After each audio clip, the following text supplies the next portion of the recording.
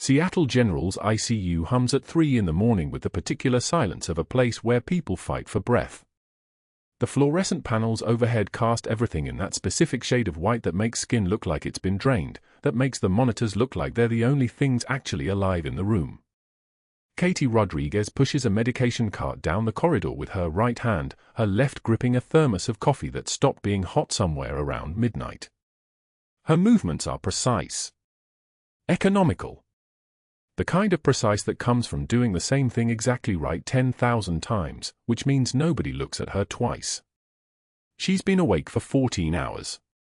In 2 more hours, she'll have worked a full double shift. She doesn't complain. She doesn't mention it to the day nurses when they arrive, fresh and showered, ready to take over the patient she's been managing since 7 the previous evening. That's not how this works. That's not how any of this works. She adjusts the foredrip on 341 without breaking stride. The flow rate is already correct, but she checks it anyway because checking twice is the difference between a patient who wakes up and a patient who doesn't. The monitor beeps its steady rhythm. Sinus tachycardia, probably nothing, probably just the body's way of saying it's tired of fighting. Room 347 is at the end of the hall, past the supply closet where somebody's stashed their phone charger, past the break room where Katie hasn't eaten lunch in 3 weeks. She doesn't walk into 347. She approaches it. The difference is important. Approaching gives you time to breathe. Walking doesn't. She lets her eyes pass across the chart first, vitals from the day's shift, orders from the attending, the name at the top in block letters, CMDRJT Mercer, USMC. The scar above his left eye is visible even in the dim light of the monitors. Same location. Same shape. 20 years doesn't change scars. It just adds context to them. Katie stands in the doorway for exactly 2 seconds before entering. She's counting. She always counts. 2 seconds is long enough to feel something and short enough to make sure nobody sees it. The commander is unconscious, intubated, he's breathing driven by the machine at his bedside that hisses with mechanical rhythm. The ventilator reads 14 breaths per minute, volume set at 480 milliliters, FiO2 at 60%. Her eyes move across the numbers and something in her chest tightens like a fist around a stone. The settings are wrong. Not slightly wrong. Not in a gray area where reasonable people could disagree. Wrong in the way that matters. Wrong in the way that kills people slowly enough that nobody notices until the monitors start showing problems that seem impossible to trace back to their origin. She sets the medication cart in the corner and moves closer to the ventilator, her hands already moving through the assessment without her brain instructing them. Muscle memory. Years and years of muscle memory. Her fingers find the tube, check the tape securing it at his mouth, note the faint discoloration around the insertion site that suggests irritation from positioning or from the tube itself sitting wrong.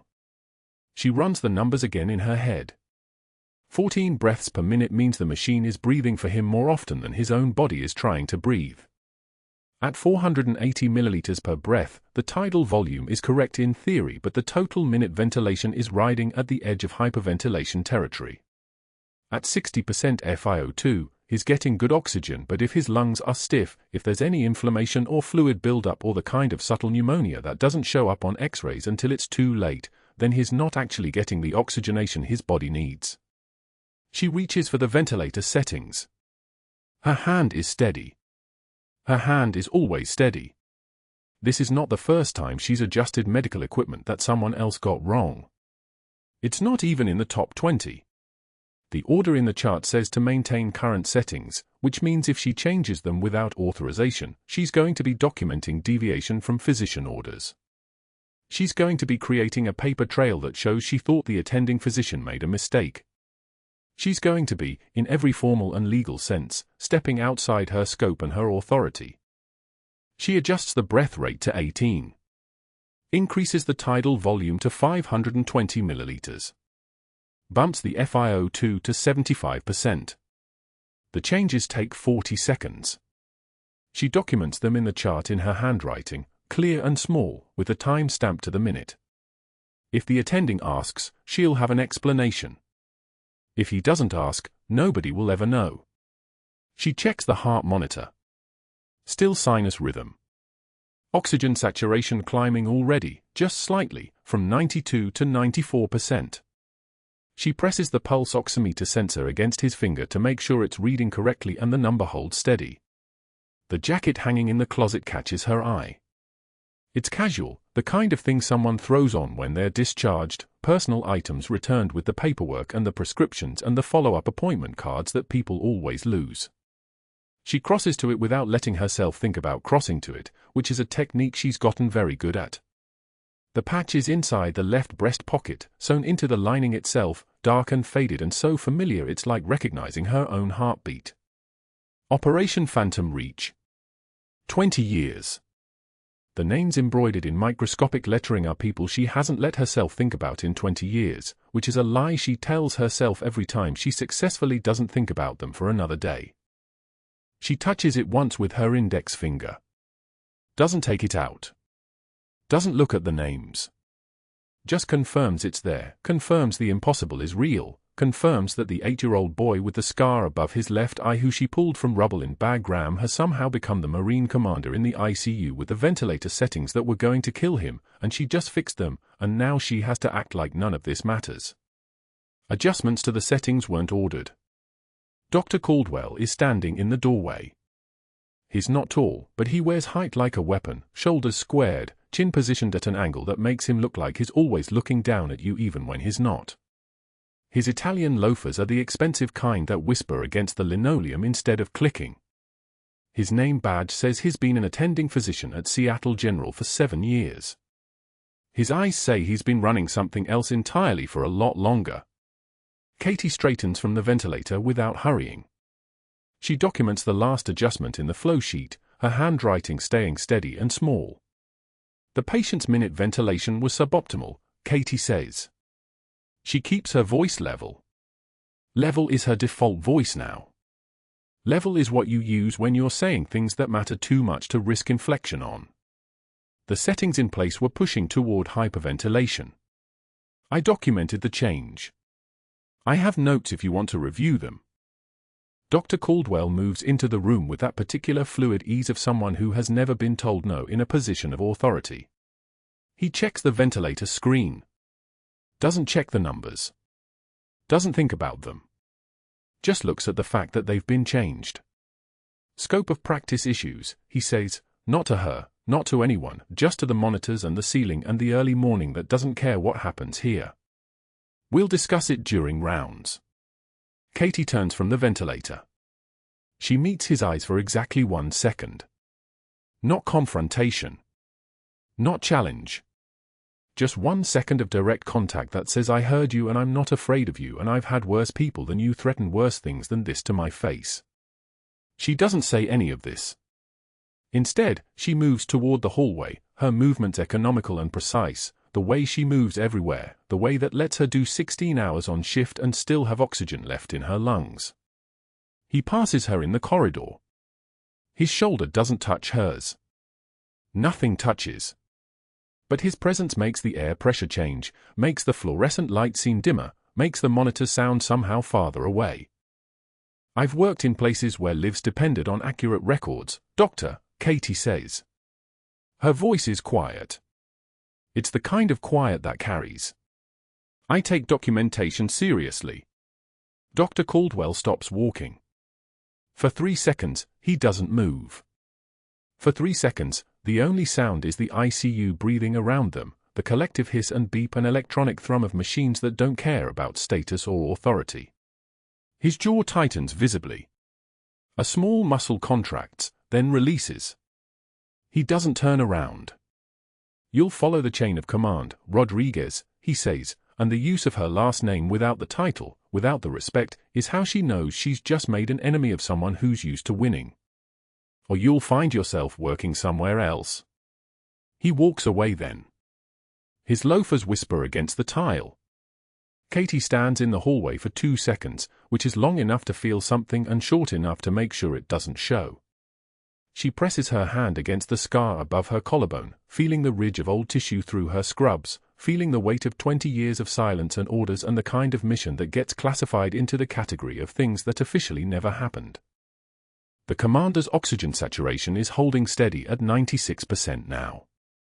The machine breathes for him with the correct rhythm, the correct volume, the oxygenation his body actually needs. He'll wake up in the morning, or he'll wake up in a week, or he won't wake up at all, but if he does, it won't be because a miscalibrated ventilator pushed him toward the kind of slow suffocation that looks like medical complications when it's actually just the system failing the people it's supposed to save. Katie returns to the medication cart. She has 14 more rooms to check. She has 2 more hours on this shift and 2 more hours after that. She has the kind of endurance that comes from learning, a long time ago, that survival is just a series of small decisions made correctly, one after another, until you've somehow managed to keep living when the world was very sure you shouldn't. She doesn't know that in 14 hours, the commander is going to crash. She doesn't know that she's going to do something that saves his life and costs her everything. She doesn't know that by the end of tomorrow, every person in Seattle General will know exactly who she is, and that knowing it will change everything. Right now, she just pushes the medication cart. The fluorescent lights hum their mechanical song. The monitors beep their steady rhythm. And somewhere in the fabric of the morning, time is running down toward something neither of them can see coming. The monitors beep their steady rhythm through the pre-dawn darkness of Seattle General's ICU, and Katie moves between rooms with the economy of motion that comes from knowing exactly how many steps separate each patient. Room 347 is quiet when she arrives for vitals check at 0430, the commander sleeping fitfully, his wife dozing in the visitor's chair with her hand still gripping the bed rail like an anchor. Katie checks the ventilator settings, pressure at 18, flow rate normal, oxygen saturation holding at 94%. Everything stable. Everything wrong. Dr. Caldwell arrives at 05:05 with rounds, moving through the unit like a man accustomed to having conversations happen around him rather than with him. He's brought the family in with him, the wife now fully awake, the teenage daughter and son in school uniform standing near the door as if the hospital is just another appointment before class. Katie steps back from the bedside, her hands loose at her sides, watching the attending physician approach the commander's chart with the deliberate slowness of someone performing certainty. Excellent response to the antibiotics, Dr. Caldwell announces, pointing at lab values with his pen. Vital stable. We'll have him breathing on his own by tomorrow. The wife's shoulders drop with relief. The son leans closer to the monitors. Katie watches the ventilator pressure reading and says nothing, because she has learned that saying nothing is sometimes the only safe choice. But then Dr. Caldwell turns, his eyes finding her in that way that predators locate prey, by the sudden absence of camouflage. Nurse Rodriguez, perhaps you can explain why you felt qualified to adjust ventilator settings without consulting the attending physician. His voice carries the practiced condescension of 20 years in medicine, shaped like politeness but built from something harder. The wife's attention snaps toward Katie. The daughter shifts her weight. The room's air pressure changes. Katie stands perfectly still. Her hands remain loose. The pressure was miscalibrated by 4 points, doctor. The alveolar ventilation was compromised. I corrected it to protocol specifications. Her voice is flat, clinical, the voice of someone reading a manual. I'm aware of respiratory function, night shift Nancy. He doesn't say the nickname as a diminishment, he deploys it like a weapon, casual enough that the family might laugh if they understood it was designed to be heard by every other nurse within 30 feet of this room. What I'm not aware of is when you completed your medical degree. The wife's eyes dart between them. The son glances at his mother, then back at the doctor, looking for cues about whether this is normal or aberrant. Katie takes one measured breath, and in that pause something ancient and trained surfaces just beneath her calm face like a predator rising for air.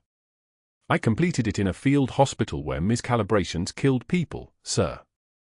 The words come out quiet, each one spaced like a round being chambered. Her jaw is set. Her shoulders have pulled back a fraction. Respiratory protocol dictates checking settings every 2 hours on critical patients. I check them. Dr. Caldwell's hand tightens around his pen. The wife makes a small sound, a question or a gasp. Katie can't tell which. She doesn't look at the family. She looks at Caldwell, and what passes between them is wordless and final, a calculation of power, a measurement of risk, a decision being made in the space between heartbeats. Refamiliarize yourself with chain of command, he says, and turns back to the chart as if Katie has already left the room. Protocol exists for a reason. We have attending physicians for diagnosis. We have nurses for nursing.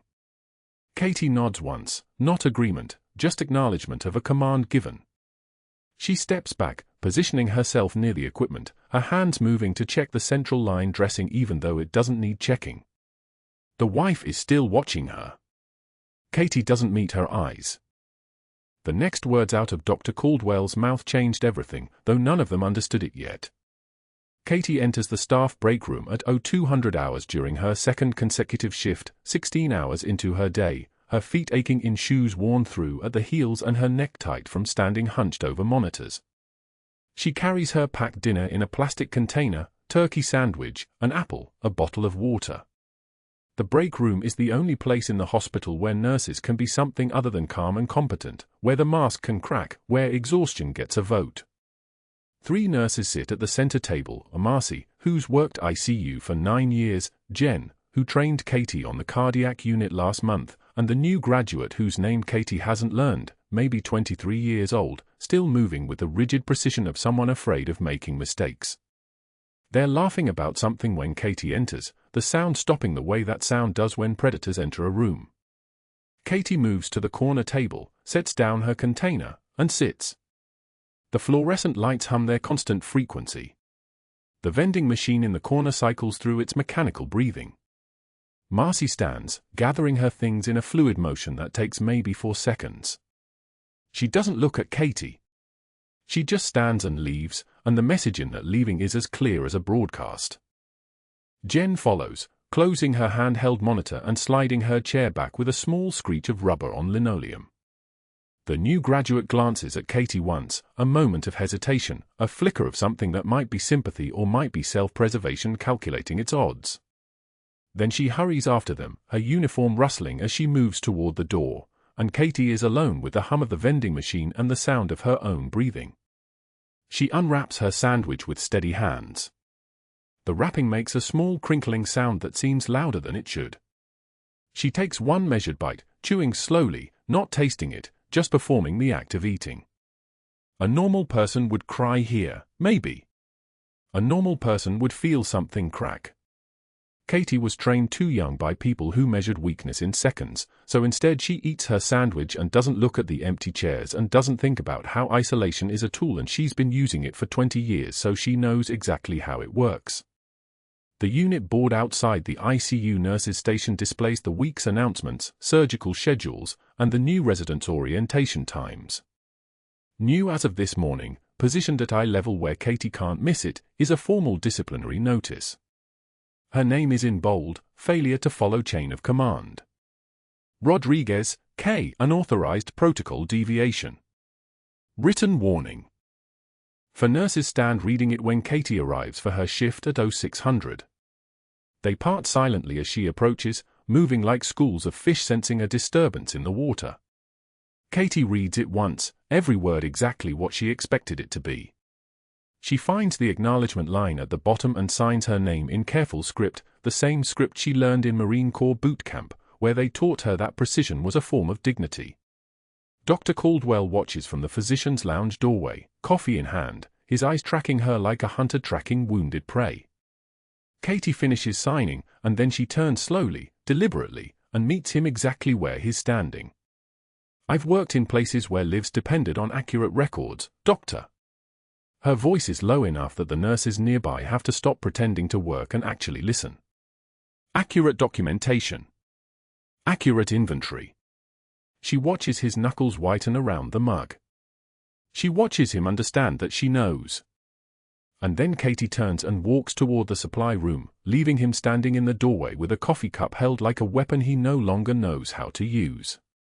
The walk feels like walking across a bridge that's starting to burn behind her, and she doesn't know how far she has to go before the fire catches up. The supply room is climate-controlled, sterile, lined with shelves of medications and equipment organized by protocol and frequency of use. Katie stands in front of the fentanyl inventory log, and what she sees there makes her chest tighten in a way that has nothing to do with exhaustion. 3 shipments received. For surgical schedules. The numbers don't match. The shipment signatures look altered, too consistent, like someone traced them, like someone practiced the handwriting until it almost looked real but not quite. Dates overlap impossibly. Quantities that should have been dispensed are missing from the usage logs, creating gaps in the numbers that grow wider the more Katie looks at them. She has seen this before. In field hospitals, in logistical operations, in the kinds of places where controlled substances move through informal chains. She has seen what happens when the numbers stop adding up. She photographs the pages with her phone, her hand steady even as her mind is already making calculations about what this means and who knows and how long she has before someone realizes she's seen it. 60 seconds. 90 if she's lucky. She closes the log and turns, and there's Dr. Caldwell in the doorway like he materialized from the air itself. Looking for something? His voice is casual, but there's a new current underneath it, something sharper and older than the mere condescension of this morning. For supplies, Katie says, and moves past him as if his presence is simply an obstacle in her path, the way she would move past furniture. She brushes his shoulder deliberately, not aggressively, just enough to remind him of the physics of their collision. She doesn't look back, but she hears the sound of him turning to watch her leave, and she knows that everything has changed. The antagonism is no longer about protocol. It's about survival now. His survival. Which means it's also about hers. Our 16 felt like our 36. Katie's feet ached in shoes worn through at the heels, the leather cracking around the ball of her foot in a way that reminded her of the boot she'd carried through Helmand Province 2 decades ago, broken in the same place, same pressure point, same refusal to quit. She didn't sit down. Sitting down meant admitting fatigue, and admitting fatigue meant giving Caldwell the satisfaction of watching her deteriorate. The commander's vitals held steady on the monitor. Oxygen saturation hovering at 94%. Heart rate stable at 82. Blood pressure 120/79. The ventilator cycled its mechanical breath, a rhythmic wheeze that had become the metronome of her shift, marking time in units of air and carbon dioxide exchange. She checked the settings again. Then again. Her hands moved through the routine with the kind of precision that came from muscle memory, gloved fingers verifying each parameter, each number, each decision made by machines that could kill you just as easily as save you. The dressing change came at 0230. Katie entered room 347 with fresh gauze, antiseptic wipes, and a competence so absolute it bordered on invisible. The commander lay still, sedated, his chest rising and falling in sync with the ventilator's demands. She worked through the routine, peeling back the old dressing carefully, noting the wound's progress with the clinical eye of someone who had worked trauma wards where triage meant deciding who lived and who you'd call family about within the hour. No infection. Healing on schedule. His body was tough. Military tough. The kind of recovery that came from a physiology built for survival. As she reached for the fresh gauze, her eyes caught the jacket hanging in the corner of the room. It had been there all shift, draped across the vinyl chair where families usually sat keeping vigil. She'd seen it during the first hour, noted it with the part of her brain that never stopped cataloging details, never stopped building the picture of who people were beyond their hospital beds. Now, as she reached for the sterile packaging, something made her pause. The jacket moved slightly as she shifted her weight. The lining caught the fluorescent light differently. She finished the dressing change with methodical precision, every movement measured, every action documented in the hospital's electronic record. Chlorhexidine wipe. New gauze. Tape secured at the edges. She straightened, peeled off her gloves with a snap that echoed in the quiet room, and disposed of them in the biohazard bin. Then she turned to the jacket. The unit patch was small. Faded. sewn into the jacket's lining with the kind of invisible stitching that said someone had taken care with it, someone who understood that certain things mattered beyond what anyone could see. The insignia was distinctive, a dark blue background with golden lettering that read Operation Phantom Reach in lettering so fine it was almost calligraphy. Her chest moved once. Just once. Like a physical acknowledgement her body had to make before her mind caught up. Phantom Reach. 20 years. She had worn the same patch in the same location, sewn into her uniform by hands that belonged to a woman in Kabul whose name she could never write down or speak aloud or acknowledge in any official capacity. The operation that never happened. The mission that officially didn't exist. The 8-year-old boy she'd carried through rubble, that was real. But the official record? Classified beyond classification, buried in files marked with code words that changed every fiscal quarter. This commander, this man who'd been 8 years old with his sister's doll clutched to his chest, whose weight in her arms had been maybe 40 pounds, whose eyes had been wide with a trauma that should have broken him forever, had grown into the kind of Marine who kept his unit insignia hidden where only someone with clearance would know to look. Katie's hand steadied against the bed rail. Her breathing remained even. This wasn't the moment for reactions. Reactions were for people who could afford them. The clock on the wall showed 0247. 13 minutes remained before the shift change.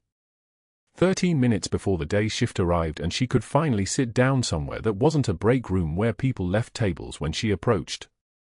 13 minutes before. The intercom crackled.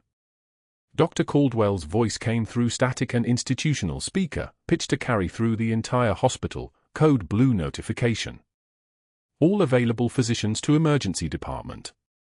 Multi-vehicle collision at the Pike Place intersection. ETA 7 minutes. This is not a drill. All available physicians to emergency. Now. Katie's mind registered the sequence of events like a combat report building itself without her volition. All available physicians. Emergency department. Multi-vehicle collision. 7 minutes. The timing sat wrong in her chest like a piece of gravel in a wound, irritating, impossible to ignore, definitely going to cause infection if you left it there.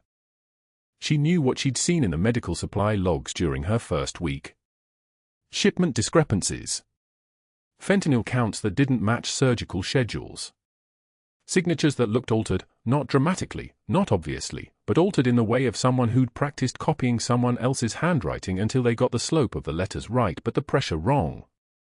Caldwell had responded to her noticing those discrepancies by reassigning her to overnight shifts, by moving her off critical cases, by posting that right up on the unit board like a public notice that she was a problem. And now, at 0247 on her 16th hour of shift, with every available doctor suddenly needed elsewhere for an emergency that had just materialized with perfect timing, Caldwell had made his move. Katie checked the monitor again. The commander's oxygen saturation remained steady. His heart rhythm traced its normal path across the screen. But she knew what could change. She'd seen it happen in the seconds it took to stop paying attention, in the space between one breath and the next when a blood clot decided to move, when a pneumothorax developed from a rib fracture that had been hairline, when systems that had been tolerating each other suddenly stopped cooperating. She stepped into the hallway. Empty. The day shift wouldn't arrive for another 6 minutes. The ICU was staffed, but every critical care doctor had been called to emergency.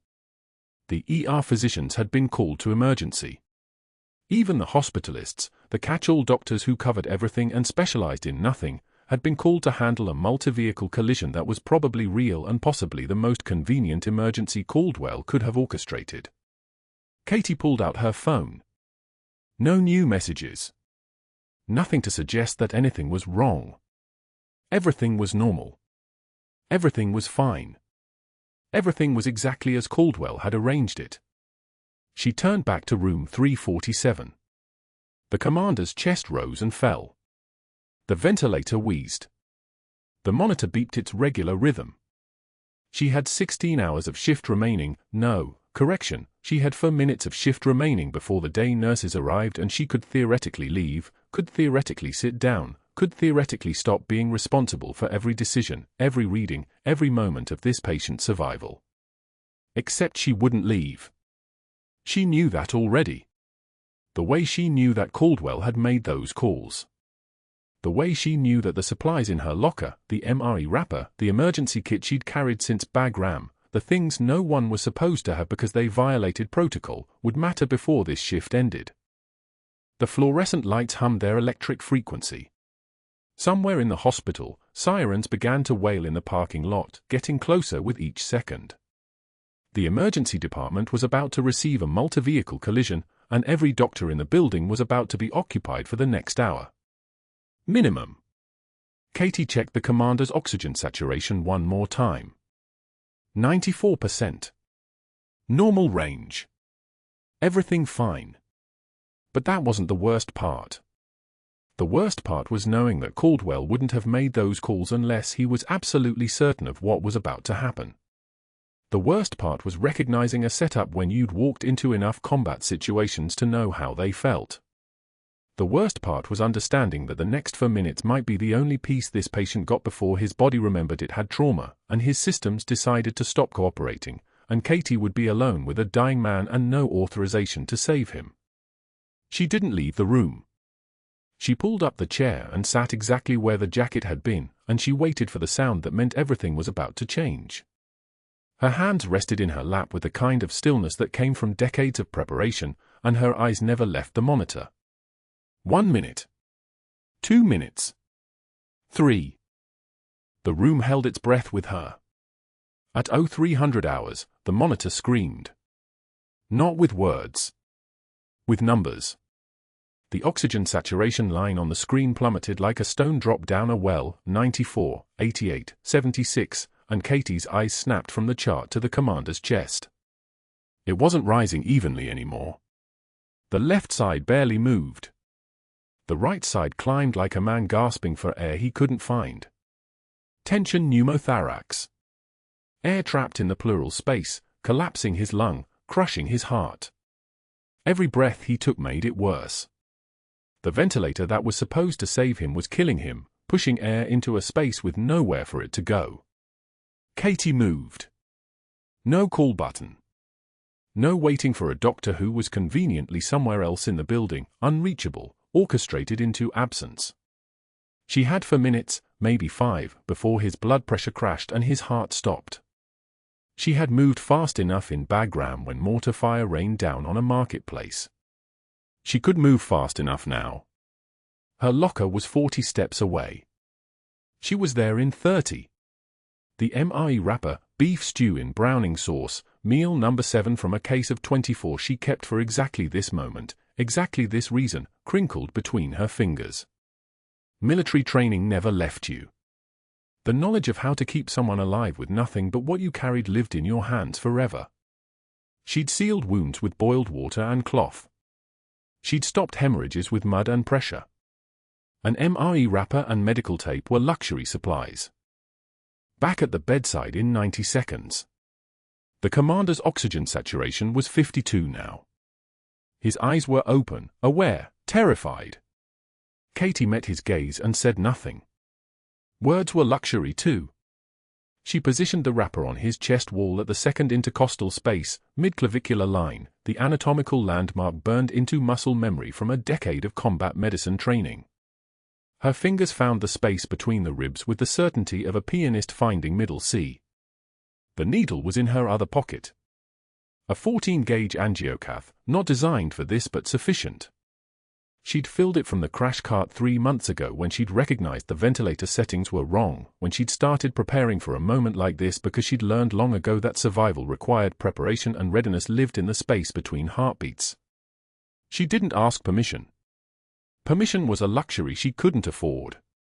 The needle slid through skin, through fascia, through muscle. The hiss of air escaping, that specific, unmistakable sound of pressure releasing, flooded the quiet room. Suddenly audible. Suddenly everything. The trapped air rushing out like a sigh of relief from the lungs themselves. The oxygen saturation climbed. 76. 82. 88. The left side of his chest began to rise again in rhythm with the ventilator. Color returned to his lips. His eyes stopped rolling. The monitor's frantic beeping settled into a steadier rhythm, still fast, still fighting, but no longer drowning. 90. 92. Katie sealed the needle opening with the tape and wrapper, creating a one-way valve that would let air out but not back in. Field medicine. Emergency medicine. The kind of medicine that kept you alive when hospitals were hours away and bleeding out was the alternative. The kind of medicine that taught you to work with nothing because nothing was often all you had. The code team arrived at 0304. 37 seconds after she'd stabilized the commander's oxygen saturation. 37 seconds after his heart had stopped crashing and his breathing had found rhythm again. Dr. Monroe, the emergency medicine resident, rushed in with 2 nurses and a crash cart, ready for a code that wasn't coming because Katie had already handled it. They saw the improvised chest seal. They saw the oxygen levels rising. They saw the commander still breathing, still conscious, still alive. Dr. Monroe's face went pale. What happened here? Katie's voice was steady. Calm. The voice of someone who'd made life-or-death decisions in rubble and darkness and come out the other side. Tension pneumothorax. Needle decompression at 0301. Improvised seal. He's stabilizing. The resident looked at the wrapper. At the tape. At the 14-gauge needle still visible. At Katie's hands, which weren't trembling, which never trembled, which had held this kind of pressure for 16 straight hours without breaking. This is, you did a needle decompression with an MRE wrapper. It worked. And it had. The proof was in the monitor. 94 now. 95. The commander's eyes were closing, not from unconsciousness but from relief, from survival, from the knowledge that someone had heard his body screaming and answered in time. The door opened again. Dr. Caldwell stood in the threshold, his face carved from ice. His eyes took in the scene, the code team standing down, the monitor stable, Katie's hand still on the commander's arm, her posture unchanged, her expression unmoved by what she'd just accomplished. His jaw clenched, not with relief but with calculation. With the cold awareness that she'd done something he couldn't undo, something that would look good on paper, something that would require documentation and explanation. He looked at her for exactly 3 seconds. His gaze moved to the improvised seal. To the wrapper. To the needle. To the oxygen saturation climbing steadily toward normal. Then he turned and walked back out. But not before Katie saw it. The thing that lived behind his eyes. Not anger. Not frustration. But the look of a man whose careful plan had just shattered, whose orchestrated absence had failed, whose presence in this hospital had become a liability instead of an asset. She'd saved the commander's life without authorization. Without protocols.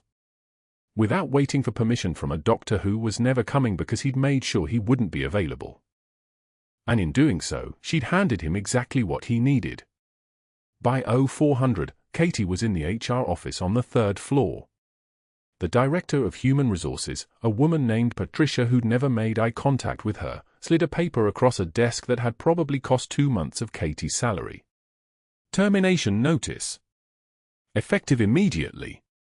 Grounds: failure to follow chain of command, performing unauthorized medical procedures, misuse of hospital equipment, breach of protocol, insubordination. The language was perfect. Airtight. Caldwell had written it knowing that saving someone's life with an unauthorized procedure, no matter how necessary, no matter how effective, was still insubordination. Still a violation. Still something that could be documented and weaponized and turned into the thing that ended you. Katie signed it. Her hand didn't shake. Her voice didn't crack. I'll clear my locker. We'll need your badge and credentials by end of shift. I'm aware. She stood and walked to the door. Patricia said, quietly, for what it's worth, I know what you did. Everyone on this floor knows what you did. Katie paused. Didn't turn around. Thank you. Are you going to fight this? No. And she wasn't.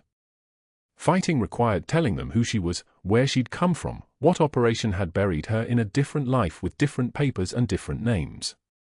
Fighting required pulling threads that were supposed to stay tied. Fighting required admitting that she'd been trained by people who didn't exist to save people in places that officially weren't real, and that sometimes the only way to survive was to stay invisible. The 3:38 a.m. bus stop in South Philadelphia was empty except for the rain. Katie sat on the bench with the cardboard box dissolving in her lap. Inside it, the cracked mug from the break room, the one that read "World's Okayest Nurse" in faded letters. The half-dead succulent she'd kept on the windowsill, its leaves brown and drooping. Her 6 years of nursing school graduation photo. And underneath everything, wrapped in a plastic bag that was already leaking, the photograph. The one she kept in the back of a locked drawer at home and never looked at directly because looking at it meant remembering. 17 faces in desert camouflage. 3 rows of soldiers standing in formation outside a phi base that didn't appear on any map. Operation Phantom Reach, the mission that officially never happened. The one that had lasted 43 days and cost 42 lives instead of the 47 that had gone in, and Katie standing in the middle with her major's insignia catching the Afghanistan sun, her arm around the shoulders of Sergeant First Class Miguel Torres, dead 6 months later in an ambush that didn't make the news.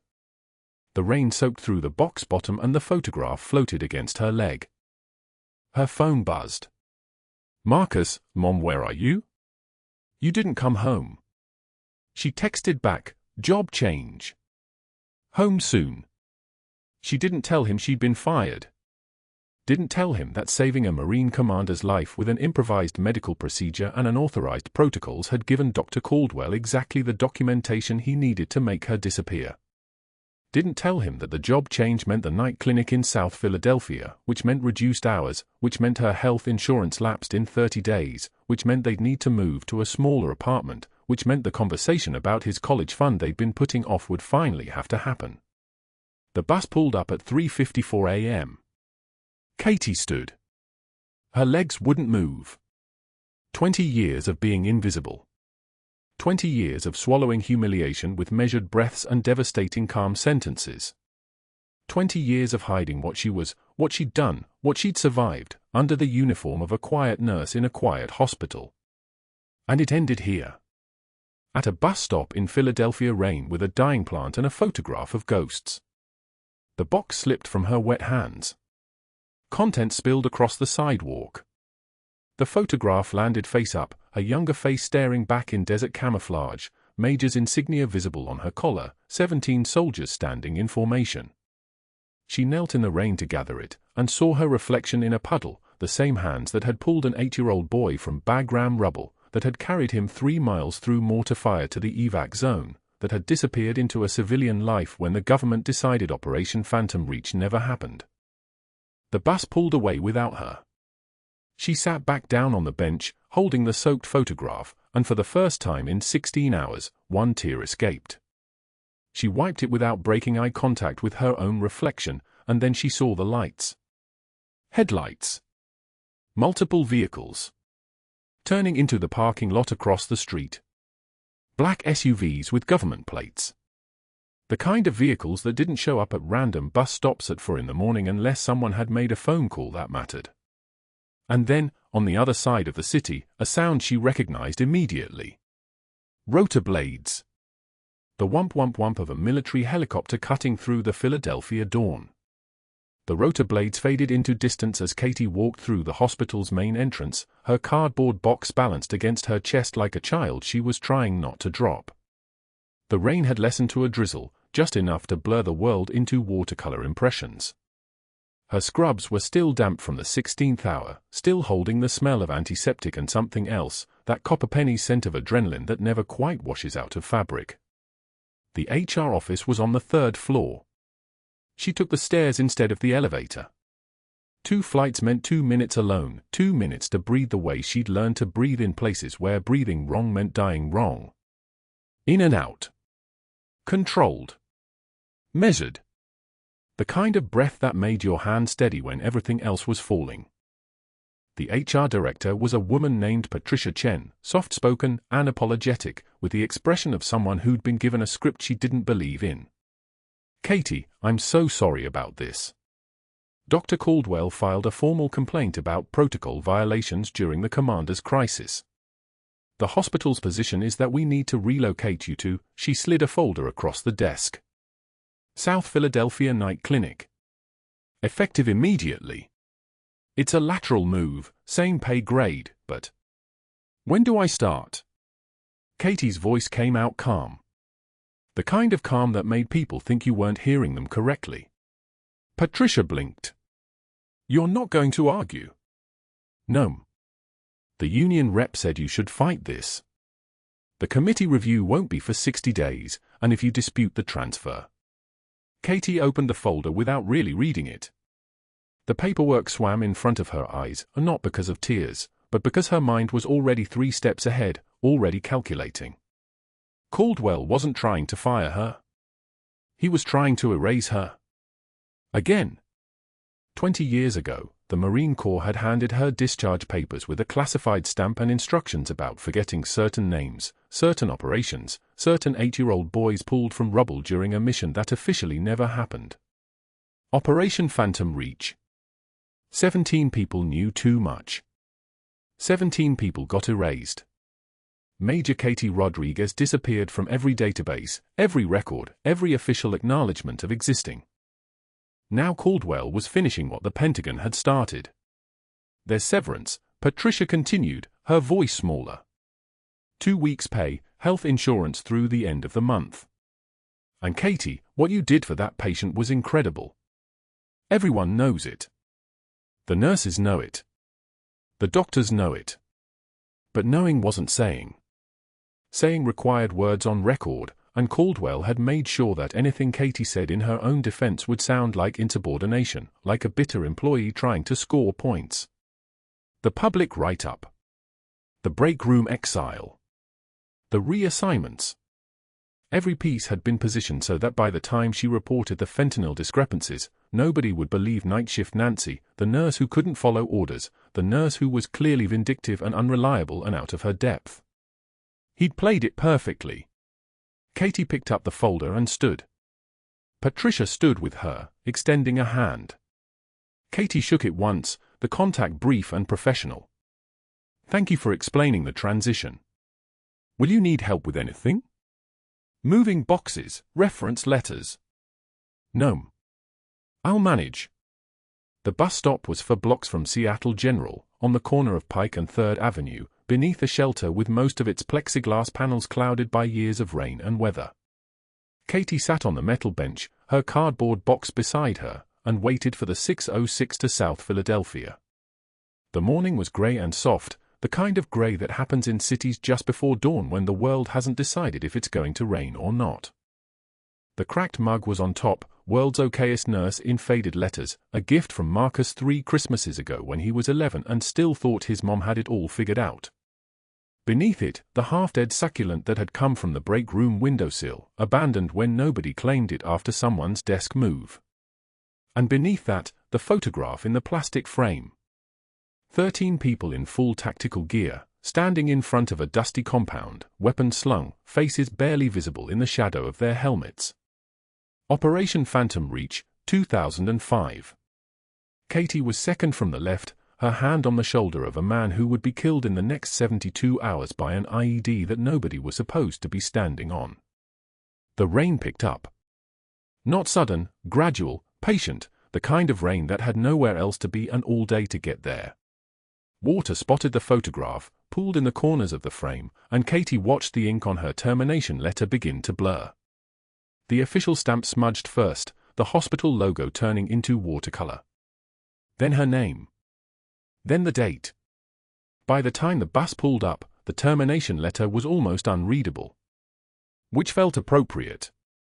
She'd been unreadable for 20 years. Another day of it wouldn't matter. Katie picked up the cardboard box and stood to board. The bus driver was a man in his 60s, watching her with the expression of someone who'd seen a lot of people carrying their lives in cardboard boxes. He didn't ask where she was going. He just nodded and she found a seat near the back, the box on her lap, feeling the weight of 3 objects that were supposed to mean something. The bus pulled away from the curb. Seattle General receded in the rear window, its glass facade catching the grey dawn light, its parking lot already filling with the morning shift arriving to work in rooms Katie had just been erased from. The nurses she'd worked with would find someone else to avoid in the break room. The patients would have a different night nurse. The protocols would stay the same, broken and unchallengeable, because challenging them required the kind of authority that erased nurses didn't possess. Katie pulled out her phone as the bus turned onto I-5 heading south. Muscle memory guided her to a secure email application she hadn't opened since she'd left active service, the kind with no history, no cloud backup, no footprint. The kind the Pentagon had given her for emergencies. Her thumbs moved across the keyboard with the precision of someone typing numbers that had never been written down. She'd been documenting everything since she'd spotted the first discrepancy. Fentanyl shipment from June 15th, received in quantities that didn't match any surgical schedule. Morphine for vials logged at 50 unit counts when the hospital only ordered 100 unit vials.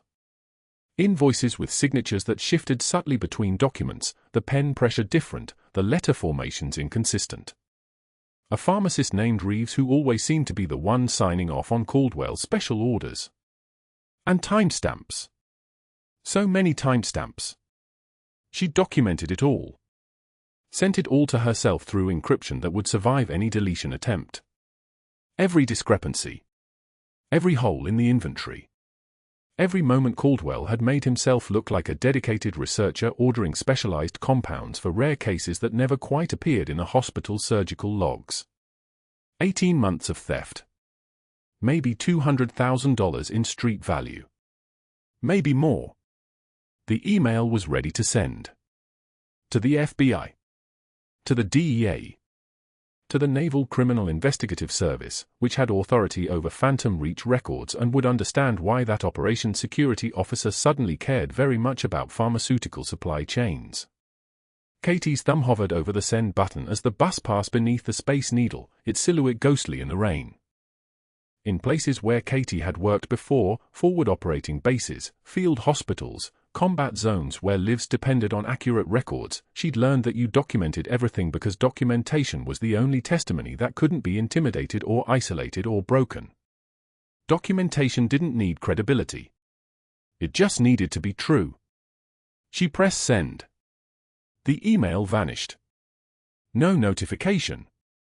No confirmation.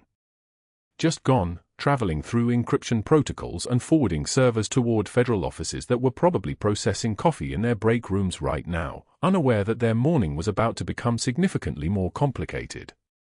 Katie closed the application. Turned off the phone. Outside the bus window, Philadelphia was coming into view through the rain, blocks of row houses, corner stores with metal gates, streets that had seen their own weight of secrets. The night clinic was in a neighborhood Katie had never been to, assigned to a shift she'd never worked, by an employer trying to make her disappear. But disappearing was something Katie Rodriguez already knew how to do. The bus rolled forward through the gray morning, carrying her south toward a new hospital, a new shift, a new name on a different unit board. Behind her, Seattle General continued its morning rounds, unaware that the quiet night nurse had just pulled a thread that would unravel everything Caldwell had built. 17 people knew about Operation Phantom Reach. One of them was about to tell the federal government exactly what Dr. Caldwell didn't know about nurses who'd been erased before.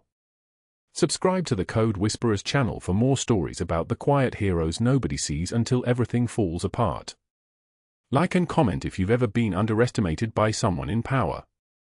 The quietest people in the room might just be the ones holding it all together.